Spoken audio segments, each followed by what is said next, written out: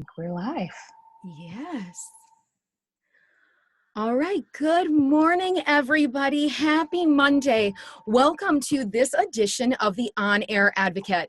We're at the On Air Advocate. We provide education, support, and empowerment for all of those with different abilities, mental and medical illnesses, and their caregivers. For those of you who do not know me, my name is Tammy Flynn, and I am the host and producer at the On Air Advocate. And I'm super excited that you're here this early Monday morning with us.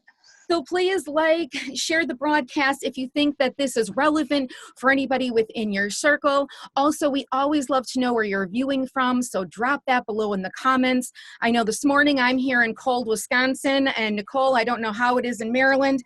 It's actually pretty nice today. I hope it's warmer than Wisconsin is. So as you all know, at the On Air Advocate, we pick a weekly focus, and I am absolutely so excited about this week because I think that it is one of the number one tools to advocate well for yourself, your loved ones, and to not go like crazy. I put up this image this morning of SpongeBob, and that's exactly how we feel as caregivers sometimes. When you are caring for someone else and you are juggling possibly their calorie counts, their doctor's appointments, their therapies, their care coordination inside of the home or outside of the home, it can be absolutely daunting. And so this whole entire week, we all take in strategies in a different way and like different implementations of them. So this week we brought back one of our favorites, your GPS doc and MD, Miss Nicole Rochester. She is going to show us some of the tools, strategies, and navigational, organizational, and fundamental process that she used in being a caregiver for her father, and also from the perspective of being an MD, what's awesome for you to be able to bring into the office to help them better care for your loved ones. So welcome again, Nicole. Thank you, Tammy. It's great to be back here. I always like talking with you and your audience. So thanks for having me back. Yeah, I'm so excited. So where do we start? I mean, because I know you have all different tools and hacks and different items that you have used. I'm just going to let you take the floor. Okay. Yeah, I think as you stated in the intro, it's just so important that as caregivers that we find some way to be organized. And I can share personally that when my sisters and I were kind of somewhat suddenly thrust into being caregivers for my dad, we were a mess. I mean, we weren't organized. You know, we all had good intentions. We wanted obviously the best for him, but we were just scatterbrained, for lack of a better word. And it added a lot of stress. And I remember, I'll never forget, like literally breaking down in one of my staff meetings at the hospital. And a very kind colleague just kind of pulled me inside and said, look, you guys need to like divide and conquer and, work on your strengths. And that was really kind of the beginning of us just really having a more organized approach.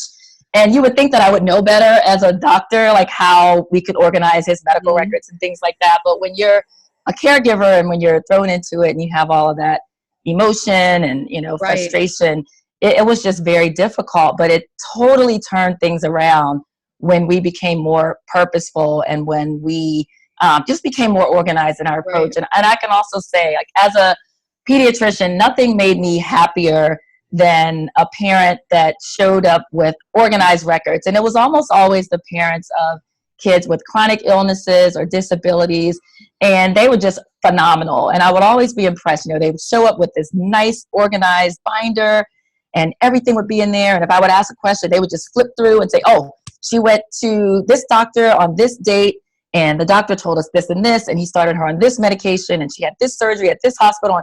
And I was just in awe of that. But I can tell you from a physician's perspective, you as a caregiver, you are in the best position to advocate when you are seen as an expert.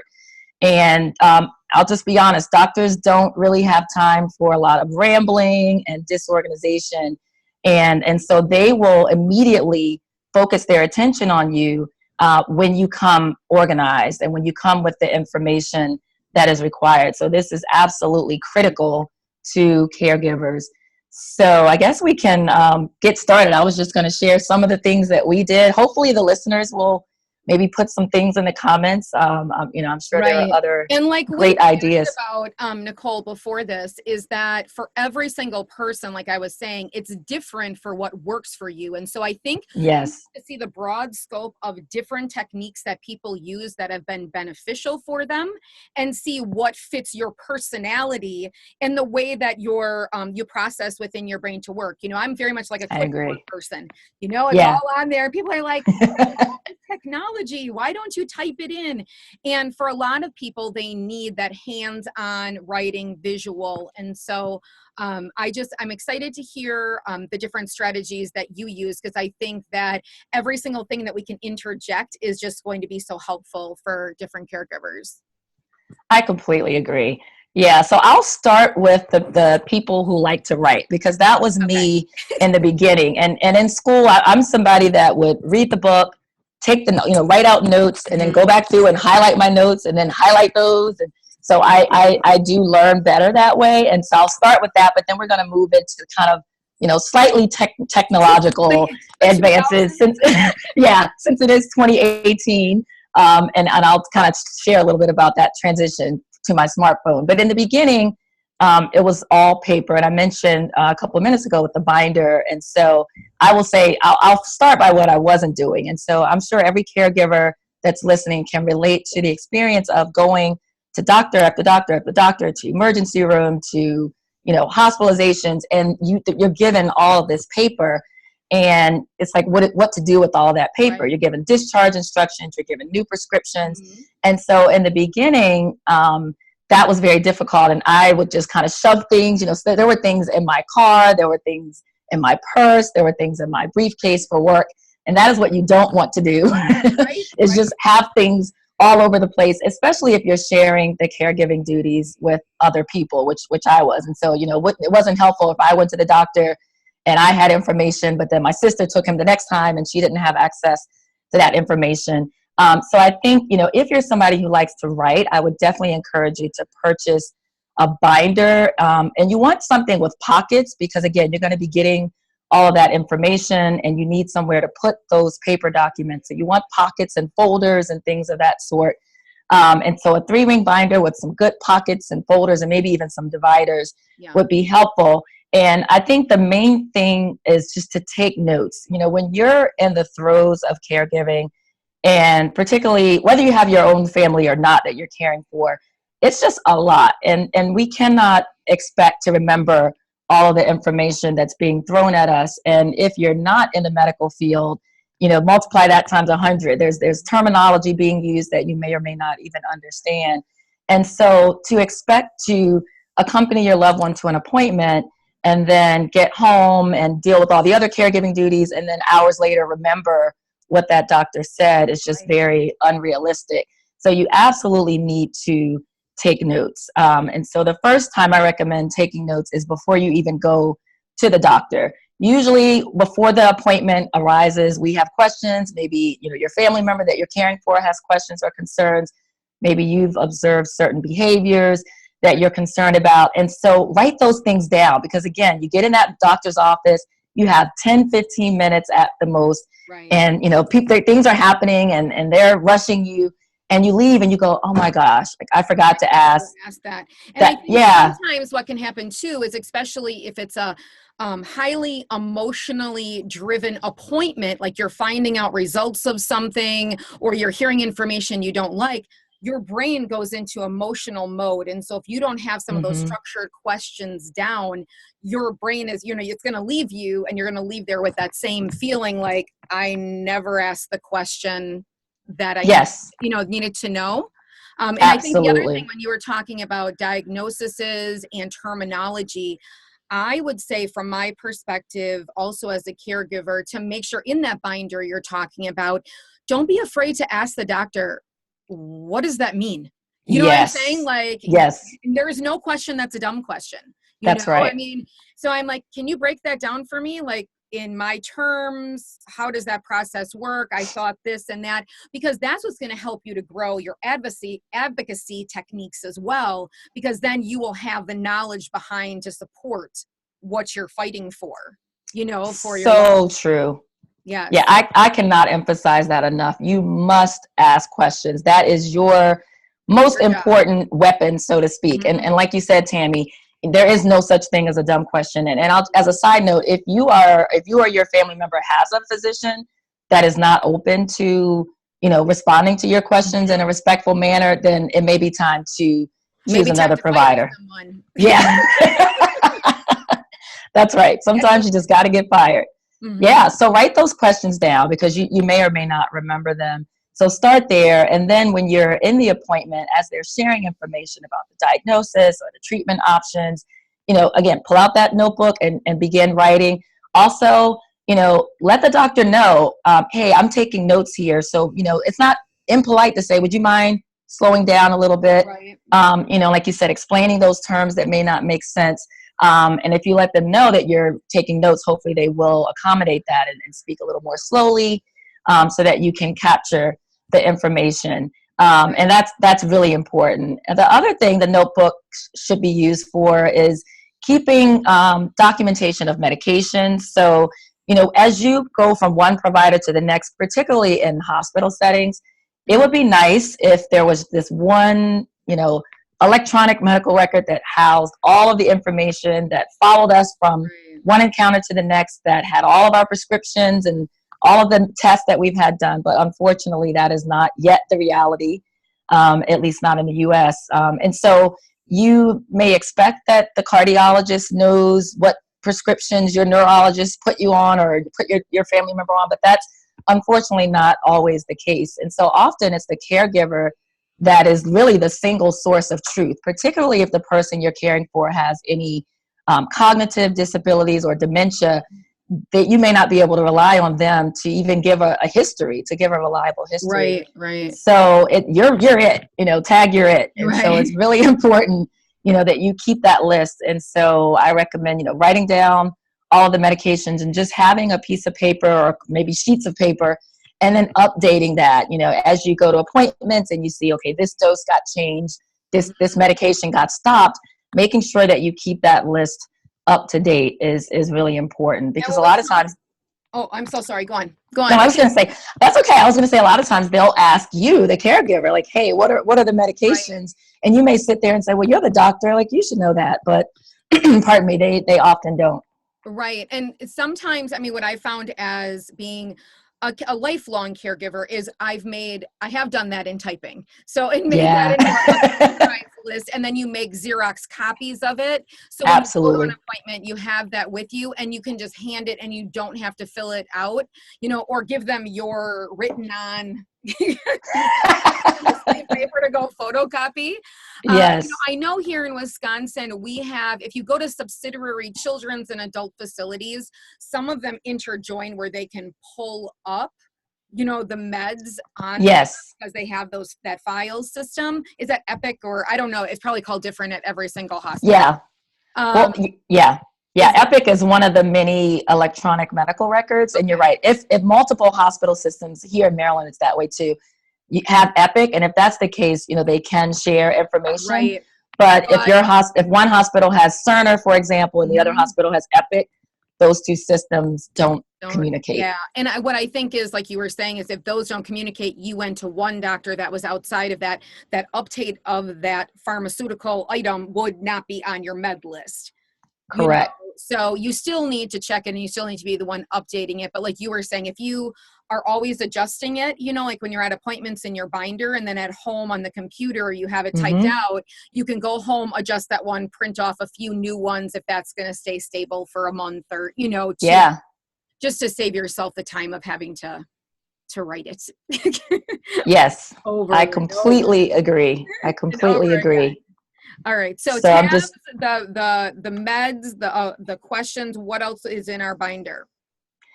Any reports, if when you go to appointments, if there were radiologic studies done, so CAT scans or x-rays or ultrasounds, it's always a good idea to ask for a copy of the report. And then again, put that in your binder, because, again, you may go to the emergency room at a system that's outside of that system where the x-ray was done. And this happens a lot, especially in the elderly population. tests get repeated over and over and over again. Right. I think with kids, we're much more sensitive to the fact that, you know, radiation and long-term exposure can have Right. certain bad outcomes. But with adults, anyway, I'm not going to say they don't care, because that's not true. But there's less of a concern. And so, you know, if you take your loved one to the emergency room, for example, and they want to do a CAT scan of the belly, and maybe you know that test was just done 2 days ago. If you have that report, now nothing is as helpful as the actual scan. Okay. So getting a copy of the actual scan on a CD or on a flash drive is the best thing that you can do. But the second best thing is to get a copy of the report. That doesn't mean to say that they may look at that and still say, yeah, we need to get another one. Then that's fine. But they may be able to look at that report and say, oh, okay, this test was already done. I see these results. We're going to do something different, instead of just having the same test done. And particularly in this day and age, as we are responsible for more and more of our healthcare costs, and that's a whole nother conversation. But, you know, it's not just a matter of radiation, which is important, but you're going to be hit with, or your loved one will be hit with, expensive bills for repeated studies and things of that nature. So having you're able to go back and say, hey, we just did this, and especially if your insurance isn't covering it, that's exactly back to that whole advocacy piece. When you know it's been done, you know it's in there.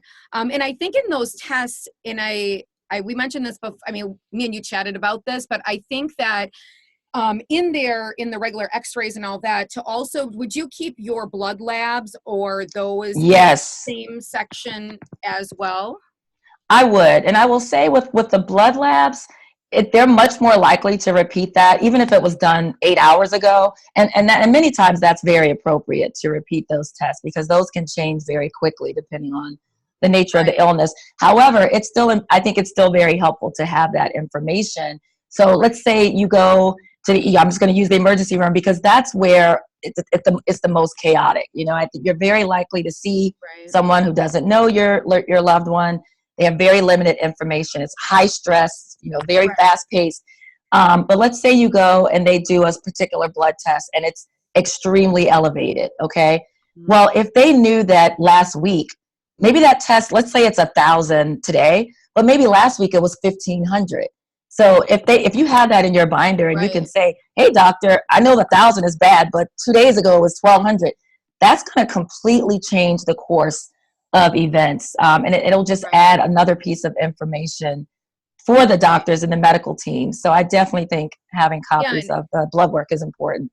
I think that it took probably a decade for me to figure out that knowing the baseline was super, super important, because, you know, like for my son, he runs a very low platelet count. So if anybody was looking at it, they'd be like, oh my goodness, you know, he's this. But when you look at something over a succession of time, so that can be for your elderly loved ones too, if their sodium runs at this level and they go in, and it's real low compared to that, or real high, even if the doctors say, well, that's still not in our urgent zone, you can say, but this is out of character. This isn't baseline. This is how they run 300 days out of 365, you know what I'm saying, every single year. So I know as their advocate that something must be wrong, you know, or something might be going on with inside of them, because it isn't accurate and it is way off from what their normal is. But if you never pull those and start to look at them, you know, you'll never know. Or if you don't go back to your doctors and say, when you look at all of them calculated together, what would you put as my, you know, child or adult baseline? But, you know, absolutely. For most of them now, I feel like for most medical systems, you can get that. Like we have my chart here where we have that too. Same thing. Okay. So you can kind of look at the labs yourself and start to print those, because those are printable off your computer. So it's not like you have to spend that extra time at the, you know what I'm saying, at the doctor getting them for them. You do have access to them to grab them. Yeah, and that's a great segue into kind of the technology age. So why don't we talk briefly about patient portals? Because I think that's an incredible. So my chart is just one example of a patient portal. It's a great way to be organized, both for your own personal health and for, you know, if you're caring for others. And you can get access as a caregiver to, you know, your loved one's patient portal. Just with, you know, with their permission. And I think they will give you your own login and password, so that you also have access to that information. But it's a great resource. It's definitely underutilized. I forgot the numbers, but there are studies that show that a small percentage of patients actually access the portal. But it's a great way to just kind of see a snapshot of your medical history. Again, not all of the systems communicate. And so another side note, if you, it's good, if possible, to stay within a medical system. So if you have a great medical system in your area of the country, it would be great if you have a primary care doctor that participates with that medical system. And if your specialists are all within that medical system, then you know that all of your records are in that one place, and you don't have to worry so much about pieces of information getting lost. But in the patient portal, it will have a list of your diagnoses. Usually your medications are there, and like the actual doses and when they were prescribed. Your test results are there. As you mentioned, you can go in and see your lab results, print out your lab results. So that's a great piece of technology that I think as caregivers we need to take more advantage of. And it may free up some of that loose paper if you can just go to that one place and kind of get a snapshot. And I know on my chart, you're able to also connect with your doctors, aren't you? Like, yes, a lot of doctors look at that much more frequently than, maybe they are all day before they get the message from their nurses. But in my chart, some doctors answer it at the end of their shifts, at night, that there's a little bit more flexibility that you can put a note up any time of day. Oh, you froze up for me. Yes, I agree. And I think that's a question to,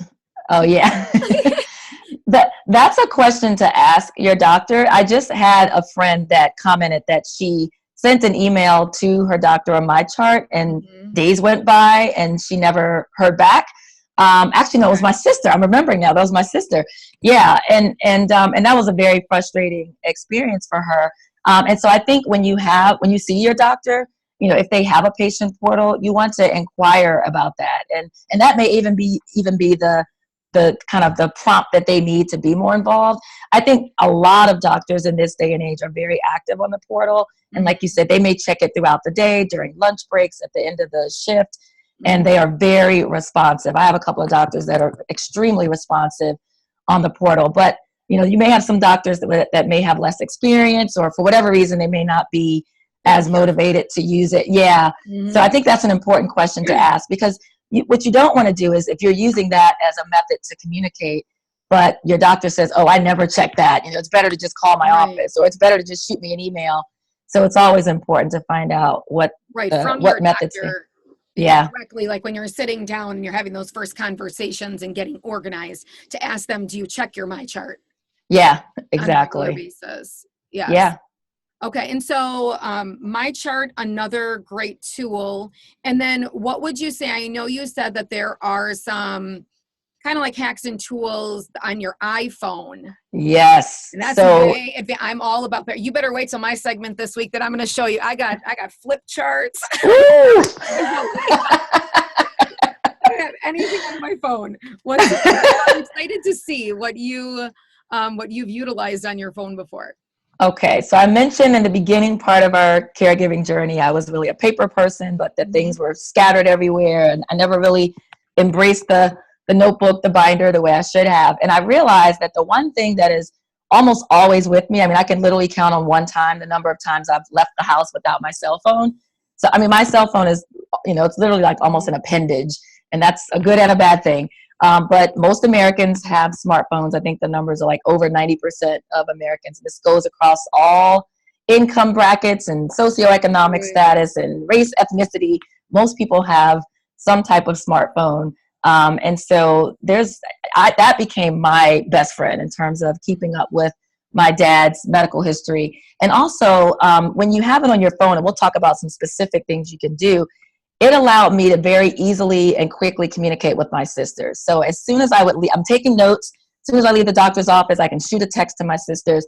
Instead of telling the story over and over, one calls, hey, what happened at the appointment? The other one calls, hey, what happened at the appointment? You can just shoot it all to them, and then they have it in their phones too. So for me, the notes feature, and I'm an iPhone user, but I would imagine that the Android has a notes feature as well. Right. That I think I have right now probably over 3,000 notes in my phone. I use it for everything, work, outside of work, but as a caregiver, you can literally just pull out your phone. And again, if you don't want to write, or if your handwriting's pretty bad like mine, you can just start, typing. If you're not a fast typist or, texter, then, you may want to stick with the paper route. But over the years, I've gotten really fast at texting. And so I'm on my phone taking notes as the doctors are talking. And so the same things we talked about with the binders. So with the, writing down your questions before your appointment, you can do that in your notes app. When you're sitting in the office and you're taking notes and absorbing the information that you're being given, you can use the notes app for that. The one thing I would caution caregivers is that as a physician, there's nothing more, unnerving than to be in a room with a family and a patient and people are on their phones. And so it's important to just say, like, hey, doctor, I just want you to know I'm not texting, I'm not on Facebook, like I'm actually taking notes. And again, if you let them know you're taking notes on your phone, like we mentioned earlier, hopefully they'll slow down and be willing to kind of answer questions and put things in plainer language. But also they'll know that when you're typing frantically on your phone, you're not, doing social activities, that you are engaged, but that this is how you prefer to take notes. And then with those notes, you can just literally send them as a text. You can send them as an email. You can take a screenshot and, save it as a photo. And so those things were extremely helpful. Now with medications, you can just make a list, but what I would do is I would gather all of my dad's medications on like the kitchen table and just line them up so that the labels were facing outward.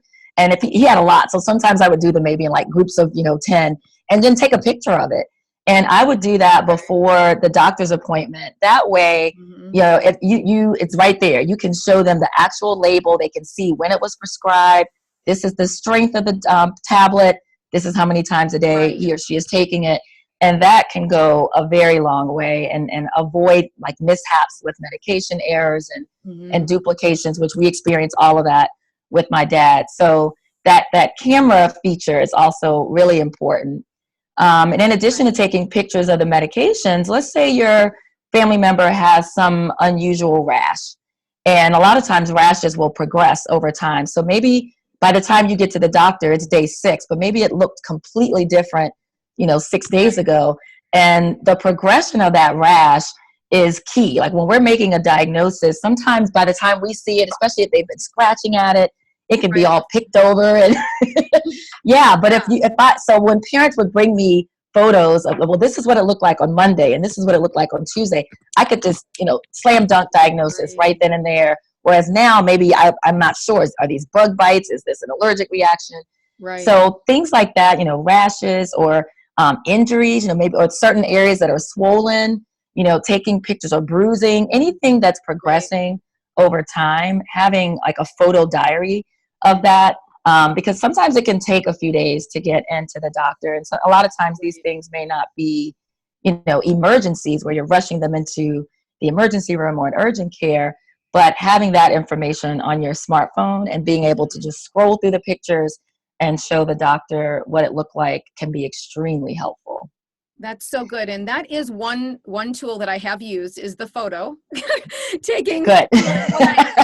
Is that because I do live an hour away from all of my son's doctors. So we're an hour out for the drive. And like after one of his spinal surgeries, taking pictures of things, if you talk to their nurse practitioner or the doctor's assistant and you say, hey, I live far away. I've done this with this ortho. I've done it with this dermatologist. And, iPhones now, if you have an iPhone 5 or better, the picture quality is pretty darn good.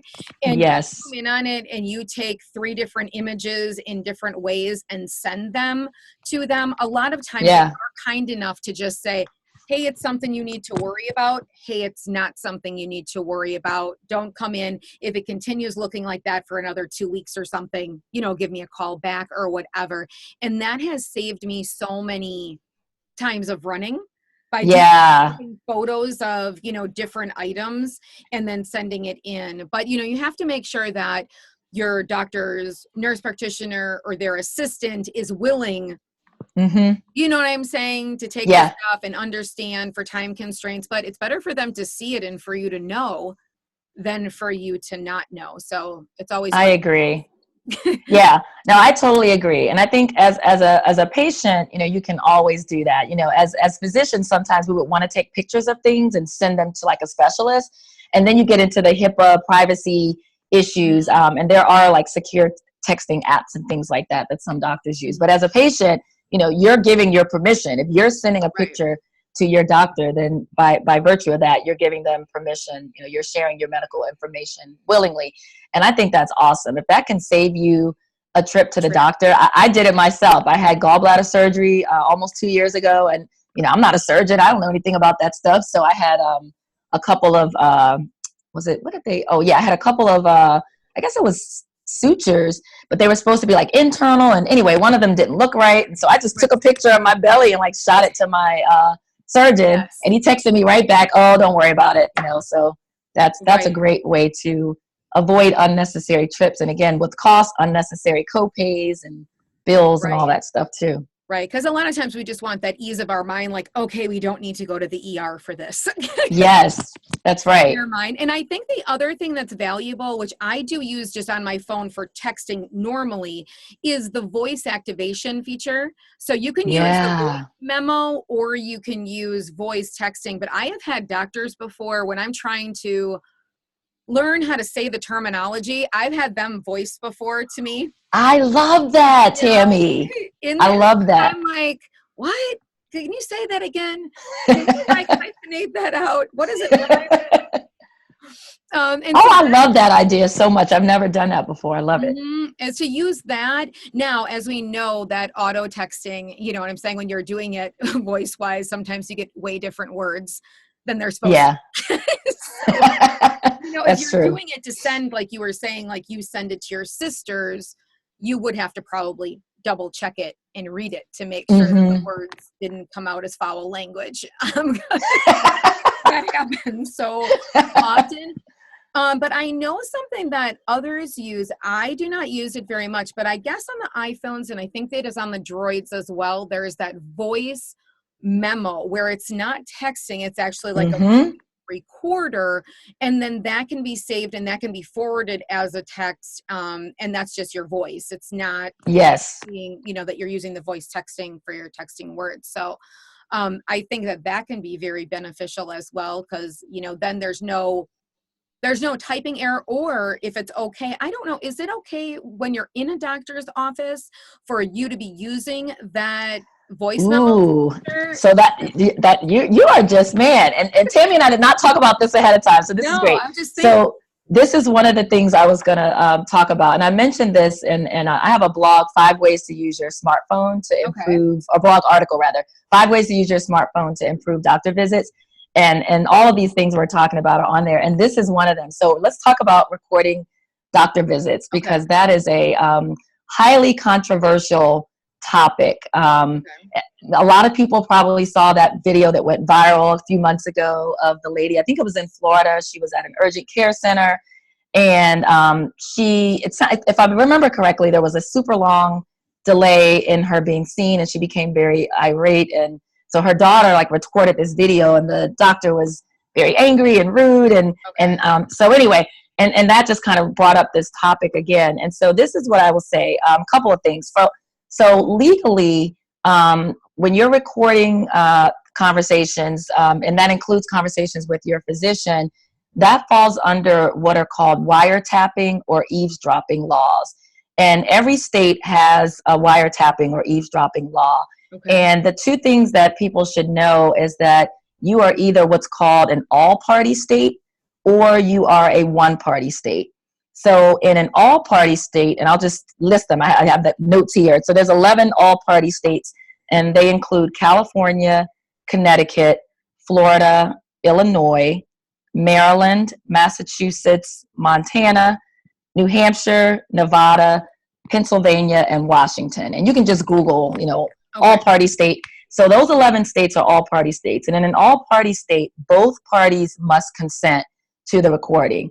And so obviously if you're doing it, you've consented, but you have to ask your physician's permission to record a conversation. And if they grant that permission, then you're welcome to do so. In a one-party state, which is all the other states, and including Washington, D.C., I'm sorry, I said that wrong. Hold on, I'm sorry.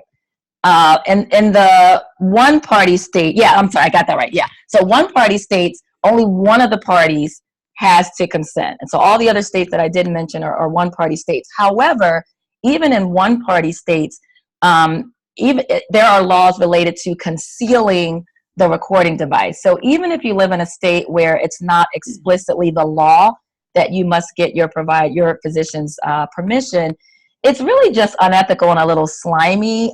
Speaking from a physician's perspective, to have someone like hiding their phone or like propping it up, behind a piece of paper.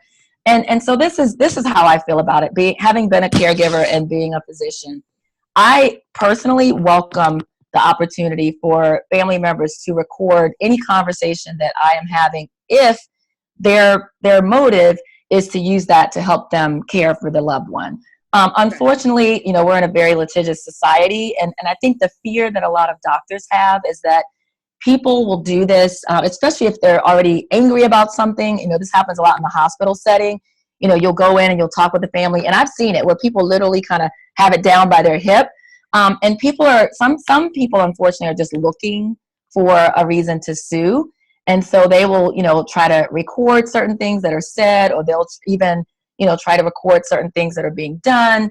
And that's not good for the doctor or for the patient. We need that trusting mutual relationship.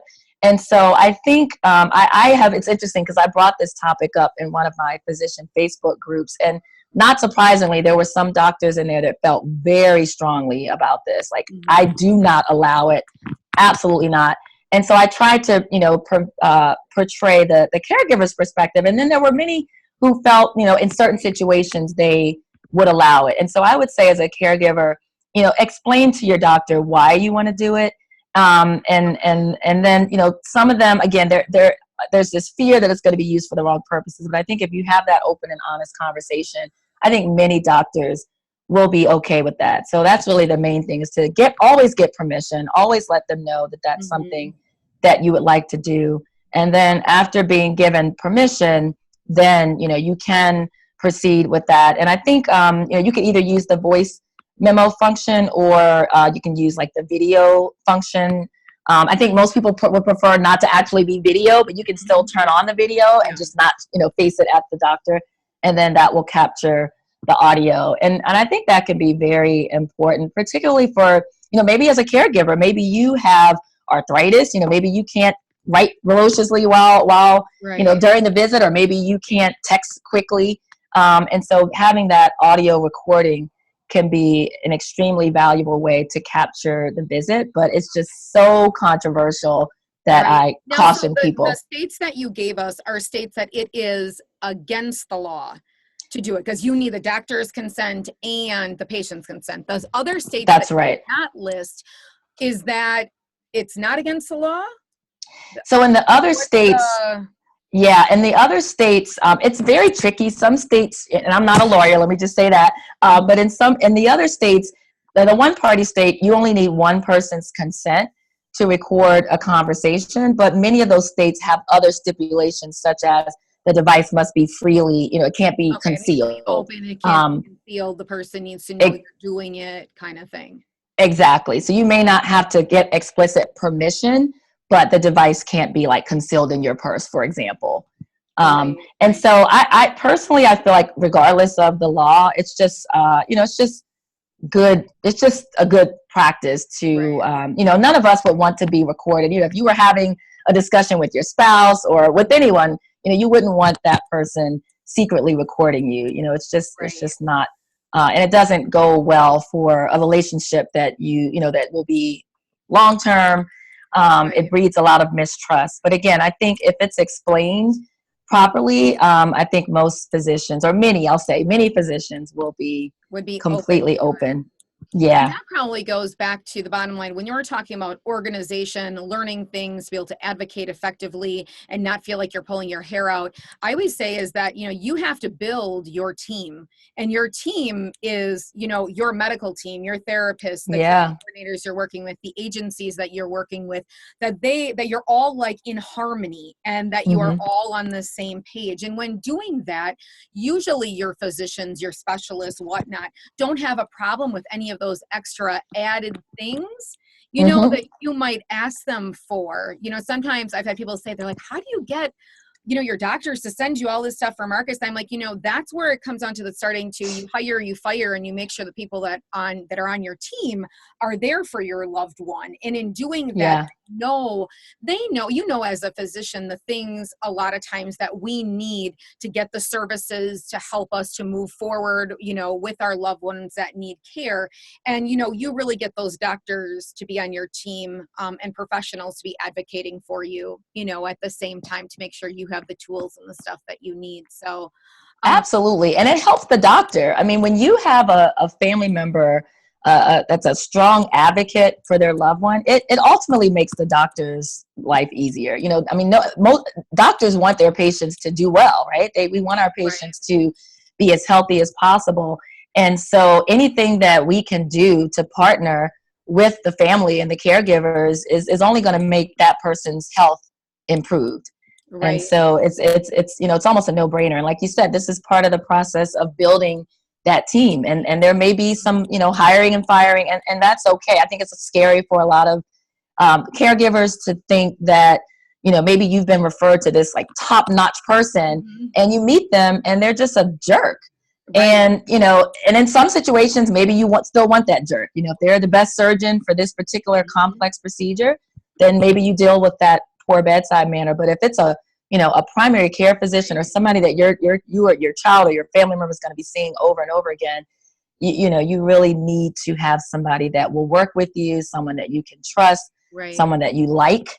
That's Mhm. really important.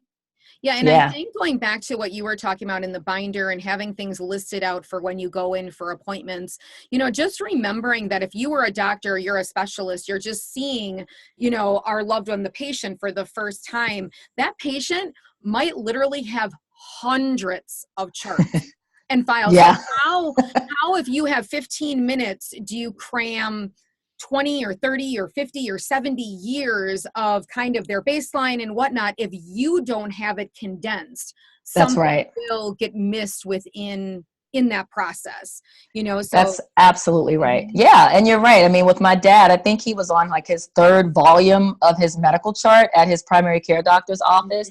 Nobody's going back, to look at volume 1, volume 2. Mhm. Like there's literally never enough time in the day for Mhm. that, and the visits are short. And so, at the front of the charts, the medical charts, and this is in the electronic versions too, there's like a summary sheet, like a problem list. And physicians rely on that, and many times it's accurate, but sometimes it's not. Right. But they're looking at a synopsis. Like you said, they're coming in, they have 10 or 15 minutes with that patient. They're Mhm. going to that front page, that problem list, and scrolling through.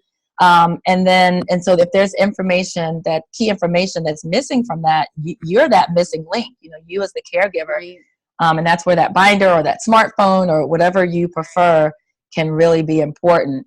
Another thing I just wanted to mention about the smartphone is the calendar app. Okay, So yeah. there's I've never so many used ways that. to use the calendar. Tammy, we're People going to are like, convert you. come on now.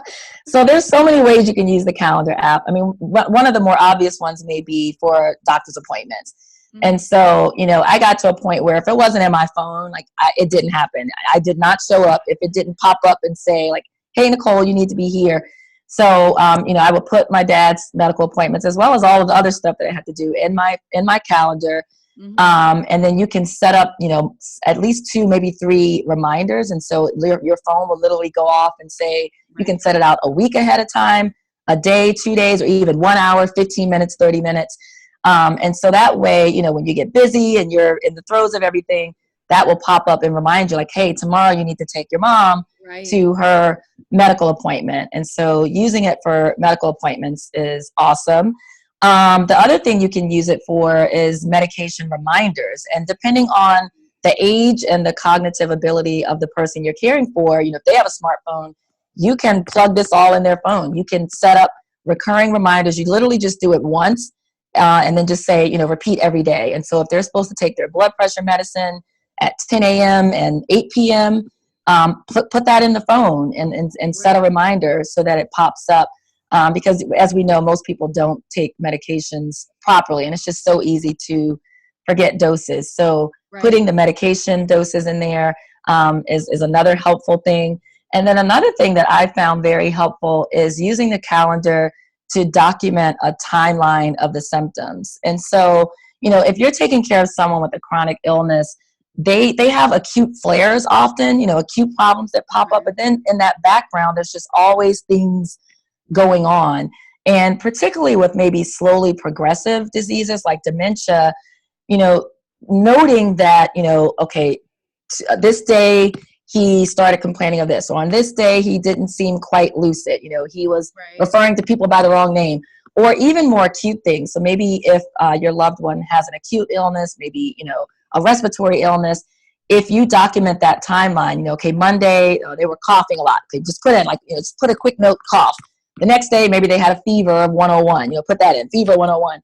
And then when you go to the doctor, instead of trying to remember, was that last Monday or the Friday before that? And, you can just pull it out and say, okay, doctor, on Monday, he complained of a headache. And then on Tuesday, I noticed that he started coughing. On Wednesday, he stayed in bed all day and he had a fever. On Thursday, he vomited. And again, that's like a complete snapshot and it can be so helpful for you and for the medical team to just be able to share that history. So I've found that very useful. That is awesome. And one day, I have done a couple reminder things of just if I needed to be at a meeting or something, put my alarm clock on, because I do use my phone as my alarm. But I love, and this isn't an endorsement for the Franklin Planner, but I have used a Franklin Planner since I've been 15. Yes, those are awesome. I love my Franklin Planner, and I just can't get out of the habit of writing it all in there. But I do know that my son has some of his other friends that their parents program their phones for their ADLs. So to remind them, brush their teeth, to remind them that maybe that's the time that they usually eat breakfast, make their bed, take their medicine. Yes. So as, our young ones that are becoming a little bit more independent in their young adult years with, possibly cognitive developmental, disabilities, it kind of gives them a little bit more freedom. And absolutely. I'm certain now with the technology, you probably could have it come up, they have the Apple Watches that could say brush teeth, across your screen or whatever that may be. But I know that that's a tool that I've heard from other parents that they use, and it's pretty effective as long as the child keeps their phone. Right. That's a key prerequisite. Yeah, because it doesn't do any good if it's not along. So with that, I can't believe it's almost an hour, Nicole. I know. But we got through them all. I think that's pretty much all. Those are all my hacks and tricks and things that were tremendously helpful. It just flew by because I think you could, which we're going to do all week. You could take all of these different systems and put them together to kind of formulate your own awesome, your own awesome way that you're going to strategize with these types of tools. And so you've given me some other great ideas. I promise, maybe if you know me for the next 10 years, maybe 10 years out. But listen, Tammy, I want to say to you and to other people, it's okay. I mean, if you prefer your Franklin Planner, which is an incredible product, don't feel pressured to use, your phone. Right. I think we have to find what works best for us. And so as long as you don't forget that planner, at home on your kitchen table. I think about it. Well, if you lost your planner, you'd lose everything you're supposed to do. But how many times does technology fail us? Our phone fails, gets dropped, you know what I'm saying, somewhere. Yeah. Whatever, you put the new, where they'll call the updates on them. And you update and your phone freezes and then you're like, yep, been there, done that. And so I don't know which one is better or worse, but yes, exactly to what you said is that you have to do what works for you. And I think that it is a combination for many. So Yes, I agree putting with it that. together, and also depending on your circle of family that has to get the information. So if it's only Mhm. you and the person you're caring for, versus you, the person you're caring for, and then all your siblings need to know. Yeah. And you need to get the message out in more of a mass quantity versus you just Hmm. knowing. I think that you'll go about it in a little bit of a different, perspective and way, just depending on that. I agree. All Totally right. agree. So with that, I know you'll be back again. Yes, I'm looking forward to it. One day we're going to go on to insurance, but we want to have Oh you, boy. so we won't talk about insurance. Maybe in the Oh winter, man. because spring is Okay. coming, so we want to be in a happy in a happy place. So with that, I thank you so much, Nicole, for being here with us. And now we're going to drop your links below to your website. And then do you have a link to your blog? How do people get to your blog? Yeah, so the blog is on the website, which is yourgpsdoc.com. And I'll also drop the specific link to that article I referenced regarding 5 ways to use your smartphone. So I'll drop that link in your comments. But all of the blog articles are available there. And I appreciate you having me on the show. I just love helping. As you know, I like to help patients and family caregivers navigate the healthcare system. So every opportunity I have to talk with you and your listeners is just incredible, because I've been there. I know how difficult it is. You know how difficult it is. And, anything that we can do to help others it warms my heart. So I appreciate you having me back again. And if anybody drop comments below, I don't have my computer up to see it right now, but we will both go back and we will answer any comments or questions that you have and keep the conversation going. So with that, Definitely. thank you so much again, Nicole. And Thank you, Tammy. whether you guys are watching this right now or on the replay, thank you so much for joining us today. We always appreciate it over at the On Air Advocate. If you want to follow our podcast, our YouTube tutorial videos, our Facebook Lives, or any of our social media applications, just head over to onairadvocate.com. That is onairadvocate.com, and you will find all of that right there. So we have a lot more coming up this week, so stay tuned. Yes. And everybody have a fabulous Monday. Thanks so much again, Nicole. Thank you. Take care. God bless everybody. Bye-bye. Bye-bye.